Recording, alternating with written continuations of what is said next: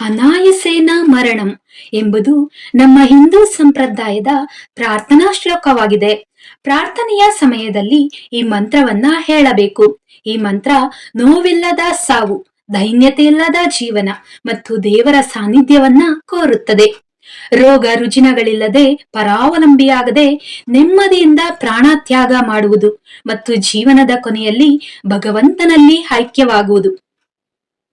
ಅನಾಯಸೇನ ಮರಣಂ ವಿನಾ ದೈನ್ಯೇನ ಜೀವನಂ ದೇಹಾಂತೆ ತವ ಸಾನ್ನಿಧ್ಯಂ ದೇಹಿ ಮೇ ಪರಮೇಶ್ವರ.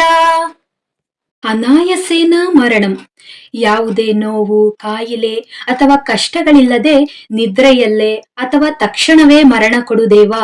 ವಿನಾ ದೈನ್ಯೇನ ಜೀವನಂ, ಬದುಕಿರುವಷ್ಟು ಕಾಲ ಬೇರೆಯವರ ಮೇಲೆ ಆಧಾರಿತವಾಗದೆ, ದೀನರಾಗದೆ ಗೌರವಯುತರಾಗಿ ಬಾಳುವುದು.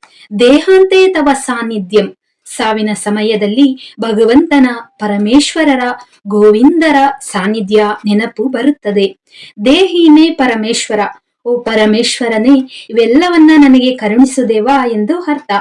ಈ ಮಂತ್ರ ಆನಂದದಿಂದ ಸಾವನ್ನ ಅಪ್ಪಿಕೊಳ್ಳುವ ಭಕ್ತಿ ಮಾರ್ಗವನ್ನ ಸೂಚಿಸುತ್ತದೆ.